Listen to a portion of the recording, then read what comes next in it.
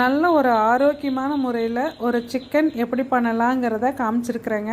இதுக்கு பொடியாக கட் பண்ணி வச்சுருக்கிற சிக்கன் எடுத்துக்கலாங்க. அதுக்கு இஞ்சி பூண்டு பேஸ்ட்டு, உப்பு, மஞ்சத்தூள், தயிர் இது எல்லாத்தையும் போட்டு பிசைகிற மாதிரி நல்லா கலக்கி குறைஞ்சது அரை மணி நேரம், அதிகபட்சம் 1 மணி நேரம் ஊற வச்சுக்கலாங்க. கொஞ்சமாக தேங்காய் எண்ணெய் எடுத்து அதில் சோம்பு தாளிச்சிட்டு விதையை நீக்கின வரமிளகாய், பொடியாக கட் பண்ணி வச்சுருக்கிற சின்ன வெங்காயம், தட்டி வச்சுருக்கிற இஞ்சி பூண்டு இது எல்லாத்தையும் போட்டு ஓரளவுக்கு வதங்கினதுக்கப்புறமா நம்ம இந்த மேரினேட் பண்ணி வச்சுருக்கிற, அதாவது ஊற வச்சுருக்கிற சிக்கனையும் சேர்த்து நல்லா கலந்து விட்டுக்கலாங்க. தண்ணி எக்ஸ்ட்ரா எதுவும் தேவைப்படாது.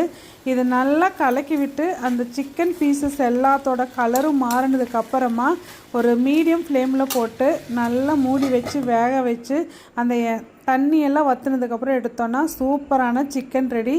நீங்கள் சிக்கன் மட்டன் எதுனாலும் சரிங்க, மேரினேட் பண்ணி பண்ணிங்கன்னா சாஃப்டாக இருக்கும்.